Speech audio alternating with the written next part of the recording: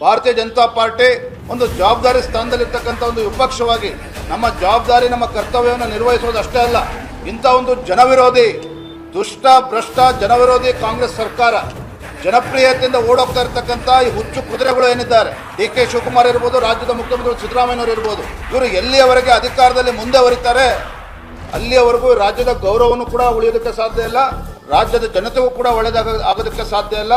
ಇದೆಲ್ಲವನ್ನು ಕೂಡ ಮನಗೊಂಡಿರ್ತಕ್ಕಂಥ ಭಾರತೀಯ ಜನತಾ ಪಾರ್ಟಿ ಒಂದು ವಿರೋಧ ಪಕ್ಷವಾಗಿ ಒಂದು ಬೃಹತ್ ಹೋರಾಟವನ್ನು ಮಾಡಬೇಕು ಅಂತ ನಾವು ತೀರ್ಮಾನ ಮಾಡಿದ್ದೇವೆ.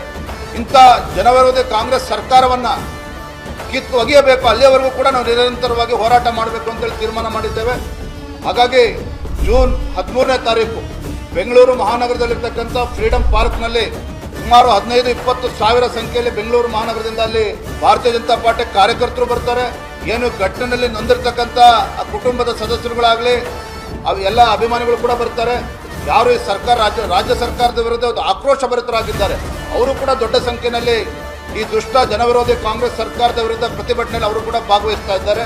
ಬಿಜೆಪಿ ಎಲ್ಲ ನಮ್ಮ ಶಾಸಕರು, ವಿಧಾನ ಪರಿಷತ್ ಸದಸ್ಯರು, ಸಂಸದರು, ರಾಜ್ಯದ ನಮ್ಮ ಎಲ್ಲ ಪದಾಧಿಕಾರಿಗಳು, ಪಕ್ಷದಲ್ಲ ಹಿರಿಯ ಮುಖಂಡರು, ಎಲ್ಲ ಜಿಲ್ಲೆಯ ಅಧ್ಯಕ್ಷರುಗಳು ಎಲ್ಲರೂ ಸಹ ಈ ಪ್ರತಿಭಟನೆಯಲ್ಲಿ ಭಾಗವಹಿಸ್ತಾ ಇದ್ದಾರೆ. ಅದು ಫ್ರೀಡಂ ಪಾರ್ಕ್ನಲ್ಲಿ ನಮ್ಮ ಏನೋ ಬೃಹತ್ ಹೋರಾಟ ಇದೆ, ಅವತ್ತೇ ಈ ಮುಖ್ಯಮಂತ್ರಿಗಳ ಮನೆಯನ್ನು ಮುತ್ತಿಗೆ ಹಾಕ್ತಕ್ಕಂಥ ಕೆಲಸವನ್ನು ಕೂಡ ನಾವು ಮಾಡೋರಿದ್ದೇವೆ.